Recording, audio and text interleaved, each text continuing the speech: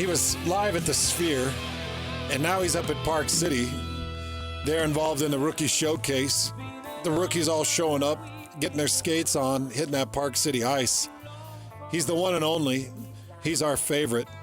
He's who we call the KSLSports.com son. That's Kyle Ireland. What's up, Kyle? Hey, Hans. How's it going today? I hope you guys are staying nice and cool down in Salt Lake because it's nice and breezy up in 72-degree Park City. Oh, you got to love Park City this time of year. Yeah, we're doing okay down here. Scotty G's out, and I've got the amazing Tim LaComb here on my side arm, so it's actually been a great day. So we always get the NBA free agency news that's been rolling out, but we wanted to take just a little bit of time and jump back into this NHL draft. So first and foremost, man, I have not been inside that Sphere. Have you been inside the Sphere? I have not. I've seen the outside, but not inside. Take us inside. I saw a couple of pictures you put out, but what's that Sphere like? I mean, it's pretty remarkable when you see it. I've driven past it before when it was under construction a few years ago, but I'd never seen it since its completion, and it's actually super impressive, and I think it's more impressive from the outside than it is even on the interior. You've got, I mean, for those that didn't watch the broadcast, they did the pics, they did the whole broadcast that you could see on TV, and they displayed it on the outside like it was a giant globe-sized TV. So kind of impressive, the outside, just with these giant LEDs that they have wrapped around this entire thing. I think I read that it's the largest spherical building in at least North America, maybe even the world. I'm not quite positive on that, but it's impressive. And then on the inside, you walk in. I walked down on the main floor through the tunnel out into the. I mean, from the concourse, you would think that you were walking into the Delta Center or some other venue for a hockey or basketball game, but you walk in there and the giant IMAX screen and. It was pretty cool. I mean, 360-degree video screen there for the fans that were even in the upper deck probably had the best view, being able to see everything kind of just surround them and immerse themselves throughout all the night on Saturday and Friday. So, Kyle, they run things a little bit different on this NHL draft. And Coach, I don't know how familiar you are with this, but NBA, you've got your war rooms and you're all separate. The NFL, you're definitely in your home compartments and you're all dug in like a tick. With the NHL, they bring in all of the GMs and they bring in all the legendary players and they bring in players and personnel. What was that like, just seeing, Kyle, the NHL all come together in this building? And from what I understand, this is the final year of this, and then they're going to go to more of an NFL format. But what was that like, seeing everybody show up for it? Yeah, that's correct, Hans. This is the last time we're going to see, all of those guys, all 32 teams, all the front offices and executives all in the same space. It's going to go to that format where, it's like what we've been used to watching in the state of Utah with the Jazz, where you see a video during the draft where they take a live shot inside the Jazz war room back in Salt Lake City, but the draft's in New York. And a very similar process is going to happen moving forward, but it did make it special to have it at the Sphere this year because, I mean, as I was watching things unfold, you see GM Bill Armstrong get up from his table and walk over, across the room to another GM sitting at another table, and you're like, oh my gosh, they're making a trade, and I can see it happening in front of my eyes. It was pretty impressive to see that kind of interaction, just because you haven't seen that with the teams that are in the state of Utah before. But I do think that some of it's going to be beneficial for these league offices and these front offices for these teams as well, because you're able to do a lot more in your home headquarters. You're not having to travel and bring everything out to the draft to do these types of things. And obviously with technology the way it is, you can do a lot of those things over a Zoom call or a FaceTime or a phone call. But I did think it was special to witness that and to just kind of see how the NHL does operate, because it really is. It's a unique mix. It's got a little NBA, a little NFL draft to it, but then when you look at how things are actually kind of set up for, the players, the roster construction, all of those types of things, it very much is similar to Major League Baseball in that way. Kyle, it's it's obviously such a fun time for fans of this hockey. I guess just this startup here in Utah experience. And My thought, you at the draft, taking all the knowledge you have about the sport into account, like what makes you most excited about what Utah Hockey Club did at the draft? I'd say a couple of things. First off, you walk into the draft if you're Utah and you have 13 picks at your disposal. It was the most by any team in the draft this year. They have double-digit picks from a year ago, double-digit picks next year and the following year. So, I mean, I'm sure Danny Ainge sits in Salt Lake and he's looking at the stuff Bill Armstrong has and is like, man, I'm just trying to accumulate as many picks as you are, because Bill Armstrong really, 4 years ago, he tore this thing down to the bare bones.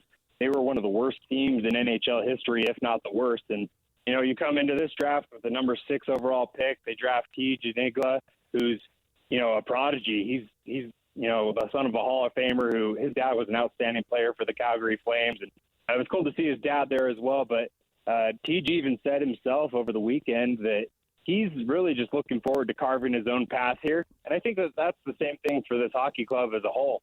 It's a fresh startup, like you said, but it's different than, what we've seen in past seasons with the Golden Knights coming into the league or the Seattle Kraken. Those teams were expansion clubs where they had an expansion draft. They were taking players from other teams through, that expansion draft process. And this team, I don't think we're ever going to see anything like this again, maybe in professional sports where you have a team kind of get purchased the way that Ryan Smith and his group did from the Coyotes. They bring in a group that, it's new to Utah, but these guys, a bunch of them have been playing together for years now. They've got the same head coach, same general manager. The guys that are in their farm system, they're all still at their same clubs, whether it be in Canada or overseas or, in the AHL down in Arizona. So it is super unique, really different, but they have a lot of young pieces, a lot of talent. They brought in, 11 picks over the weekend. They made a couple of pretty big trades and brought in a 2-time Stanley Cup winner to be their number 1 defenseman, and Mikhail Sergachev. And so a lot of exciting moves happening. And I think that fans, once they see the team hit the ice this fall, are going to be really excited for this team moving forward as well. So, Kyle, one of my favorite things was watching Ryan Smith and Ashley get up from their seats, and their initial impact to the NHL world was, hey, we haven't even done anything yet. You can't boo us. In true Ryan fashion. Hey, take me into that moment. I know that's a dumb thing to ask about, but it was the first impression from Smith Entertainment Group to the NHL world, and I found it extremely funny and endearing and real. Not fake and plastic. What did you think of the crowd and the reaction, and what did you think the take was from their first look at Ryan and Ashley Smith? Yeah, I mean, I've been asked that question multiple times actually over the past few days, and my answer has been, I think it was a veteran move by Ryan Smith. I mean, he's been a professional sports owner now for a few years with the Jazz and obviously with the Royals and RSL, and going through many draft processes like he has been with the Utah Jazz, like this is nothing new to him. It's a little different, but like he's been here before. He's done this game. He's done this dance. And I think it was actually really fun because the NHL environment, from what I've compared to with the NBA or NFL and, going and attending those draft processes in the past, it's so much more laid back, hands. Like, these players, I mean, you've talked to them on the radio before now in the past few months, and they're so chill. The ego is not the size that it is with, some other professional athletes, and, not to disparage any of them, but it's just a different type of player. These guys are out to hit the ice and hit some people. I mean, that's really what it comes down to. These guys, a lot of them are playing for the love of the game. The money isn't the same as it is in some of these other leagues, and I think that it really comes down to the fact that, it's just such a different atmosphere. It's a different environment. And that's really what you saw, kind of Ryan and Ashley embrace there on the draft stage. It kind of encapsulates, all of the past few months, dating back to the rumors at the start of the year to when the team was announced in April to, meeting these players over the past few weeks and getting to learn a little bit about who they are and where they come from, and just how grateful a lot of them are to be in Utah now. I mean, the situation that they came from in Arizona was garbage. I mean, I was down there the last week that the Coyotes were a franchise, and seeing them play their last games against Edmonton. And I mean, walking in, you were like, oh, this is a 5,000 seat arena. This is minor league. Like, it did not feel like a professional sports team. But I looked down on the ice, and Connor McDavid's playing against, Clayton Keller. Like, it didn't have that same vibe. But now coming to Utah, it's going to be big time. It's going to be big time for the state of Utah. It's going to be big time for these players. And, at the same time, it's cool because it does have a different vibe. It's more relaxed. It's more chill. And I think it's something that the state of Utah, Utahns, the way that we are as people, we're really going to attach ourselves to. Do you see any real resemblance between both, I guess more just the personality of Spicy Tuna and Hans? Is there a similarity there? I would see Hans being the Spicy Tuna guy. I'd say Hans has a little less hair than Spicy Tuna does, but other than that, personality-wise, they're pretty similar. They're both pretty spicy. And then the follow-up question, I'm hearing from a lot of really dedicated hockey people that this team just kind of got really sneaky good, particularly with the trade for Sergachev. Tell me about, what are the outside chances this team could actually make some noise and find the playoffs? Yeah, a lot of people kind of felt that way about the team last year, and then they were in the midst of all of these rumors, Tim, and you see, they're going into the winter time, towards the beginning of the year, and they suffer, I think it was a 16-game losing streak.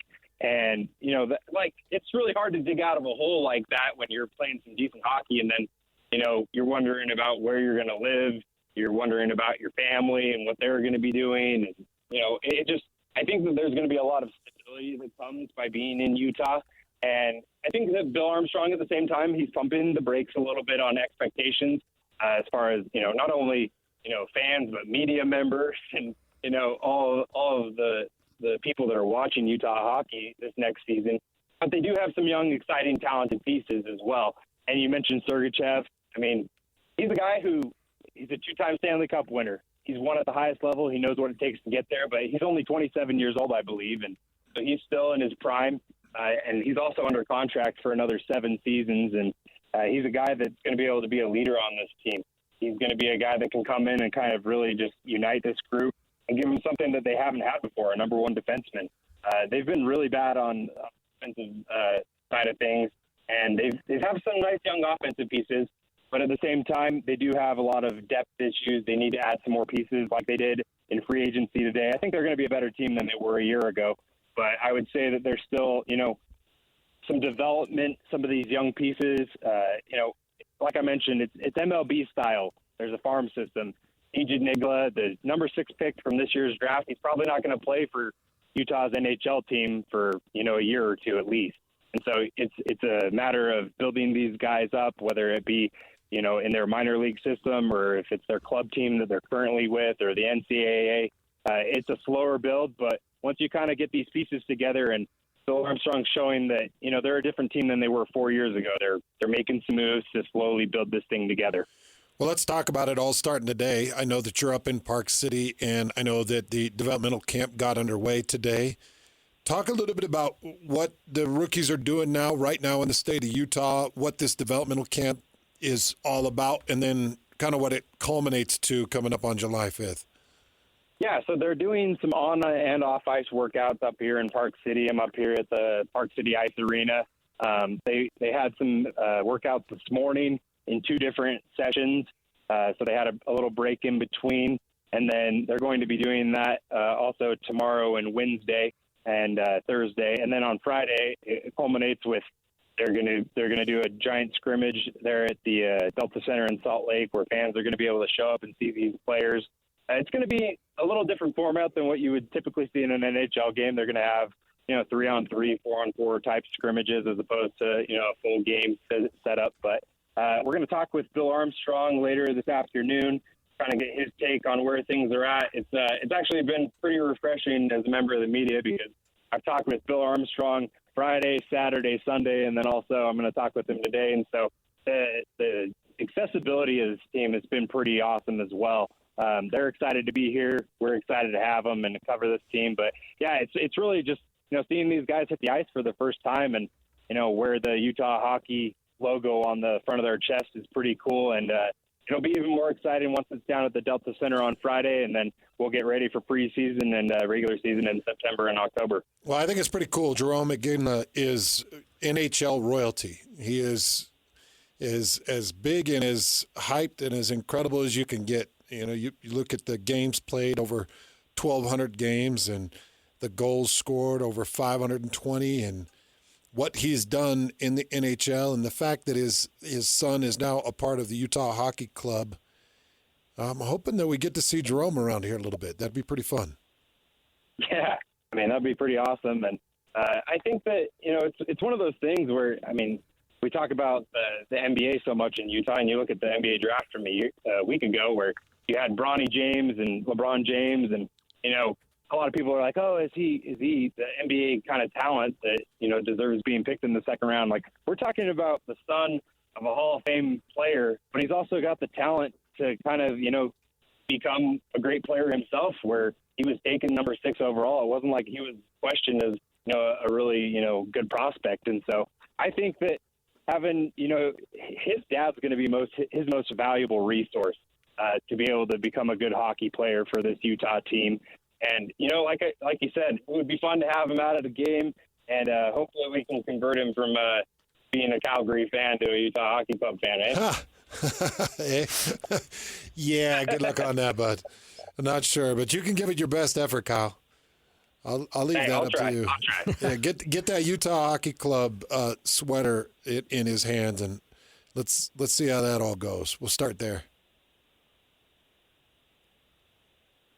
Kyle, thanks for joining us, buddy.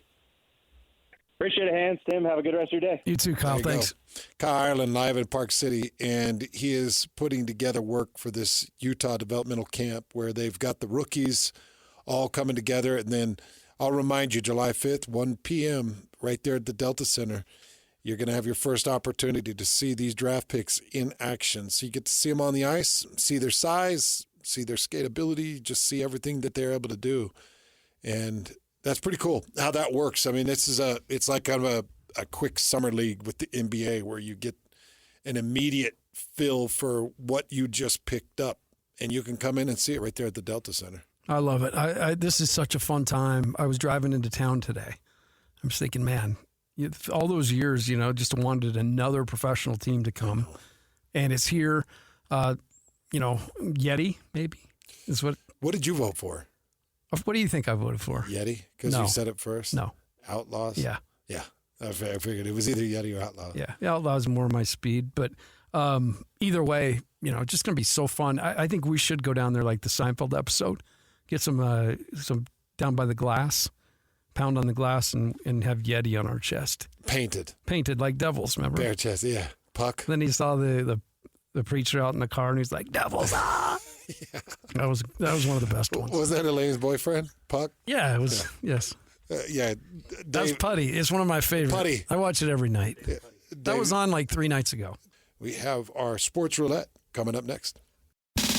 This is DJ and PK. We're joined now by Steve Cleveland. What do you have to get back in any deal with marketing? I don't like the idea of trying to trade marketing right now when you've got so many young people there. When you look at their draft, and it was just so good that I think you hold pat, stay patient, and then next year you make some decisions based upon the quality of that draft, which is supposed to be better. If marketing is someone they want to trade the following year, they can probably afford to make that move based upon a stronger draft and all the picks that they have to replace him. But I just don't like the idea of doing that right now. You're going to stay patient, and you're going to do all of this that you've been doing, and this has all been part of the master plan. Stick with the master plan, and then make the big haul next year and see if you can really get the Jazz in a position to be a playoff team again. Catch DJ and PK mornings from 6 to 10 on 97.5, the KSL Sports Zone. The wheel is loaded, and it's time to talk some sports. This is Sports Roulette with Hans and Scotty on 97.5, the KSL Sports Zone.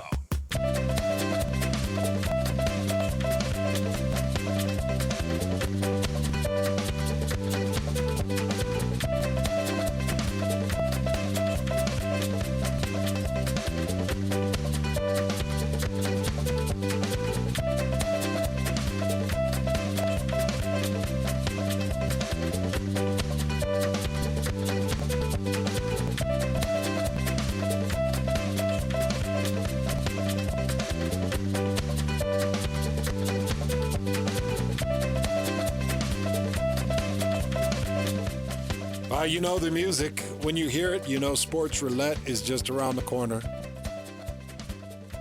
I'm just counting up our stories. One of my favorite features as a listener. You like Sports Roulette? Listen? Yeah. You do listen. I didn't say it like that. Yeah, there you go. That's how it was. You do You listen. listen. What is okay? We'll didn't talk question about that the you difference listened. off air.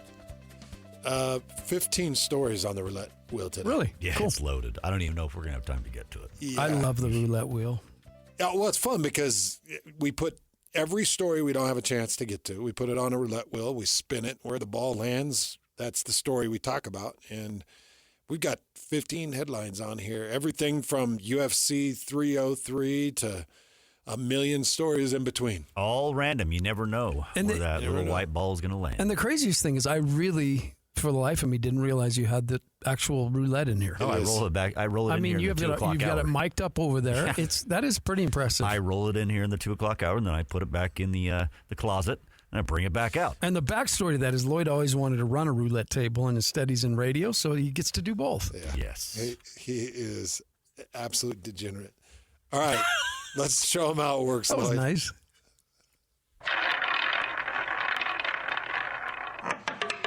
Utah Hockey Club has an opening and an opponent. Yeah. So you mentioned this a little bit earlier, Coach, and they've got both. They announced the opener at Delta Center October 8th, and you've got the Chicago Blackhawks coming into town. How does that sound? That's pretty awesome. The Blackhawks, those jerseys are Legendary. so cool. Yeah. Yeah, legendary. Incredible sweaters. It is probably it's in the top 5 most iconic brands in the NHL for me. I would put For no doubt. I put the Flyers. I was going to say, is there a number one? What's a number one for you? That you see Mine's as the being Bruins. most. Just because I'm a Boston guy. You are such a Probably- Boston guy. That's a good question, Lloyd. It's probably the Bruins for me. Bobby Orr. Oh, Bobby Orr. The Flyers. That's old time hockey right there. 2 weeks ago, I had lunch with Bobby. It might be the Penguins. No, you know what? It's probably the Kings for me. Because that was new school for you. Expansion Club. Yeah, I would say for me it's probably the Kings, and I'll tell you why. I got a backstory on that. So I had no understanding of hockey. Didn't watch it. Didn't think about it. Never saw it. Didn't know it existed really. And my brother-in-law, my sister and her husband, they live in L.A. And he is a Kings fan. And it was the first time I saw an NHL logo and an NHL jersey, and I was like, what? The Kings. So that was my first impression. So I'd probably go the Kings. That's probably not a common, iconic logo, but it is for me. But it is for It's you. fresh That's to all you. that It's matters. fresh to your mind. It's fresh in my mind. But Boston is like, if you're talking about the brand, Boston Bruins is probably the number one brand. But you got the Blackhawks that are They're right there. right there You in got the the top five. history. Rangers have a pretty cool little history there. I actually saw a game in the old Chicago Stadium. I saw a Blackhawks game back in before they tore it down, late 80s, early 90s. You were talking, that place just reeked history. Oh, you yeah. walked in there, it was like, oh, history. Or beer, or You saw that when? 90s, early 90s. Yeah, I was there. Saw Jordan and Pippen as well. Yeah, there you go. Wow, shocker.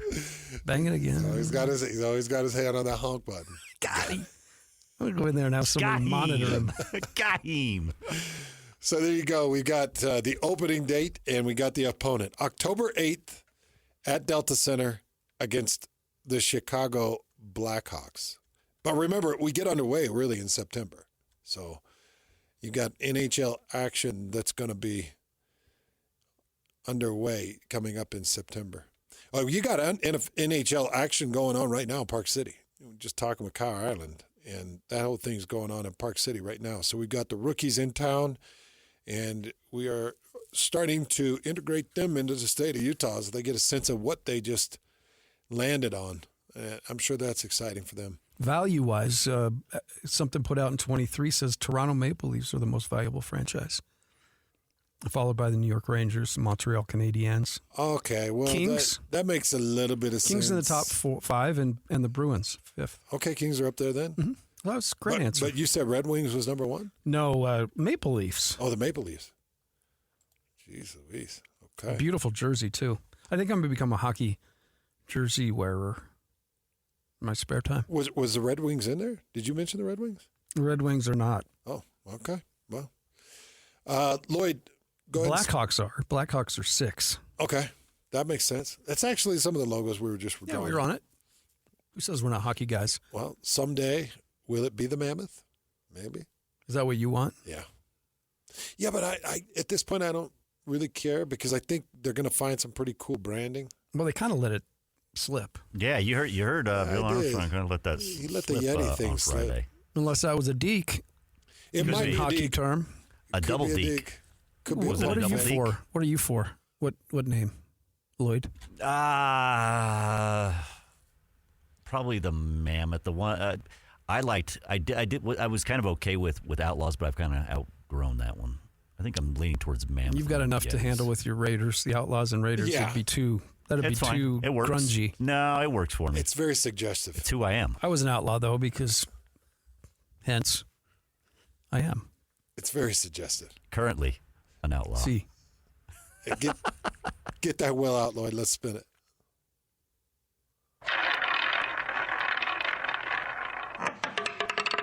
Big deal for a big dude. How about this, Coach? Neemias Queta. He's signed a multiple-year agreement with the Boston Celtics. And so Neemias Queta will continue his NBA career.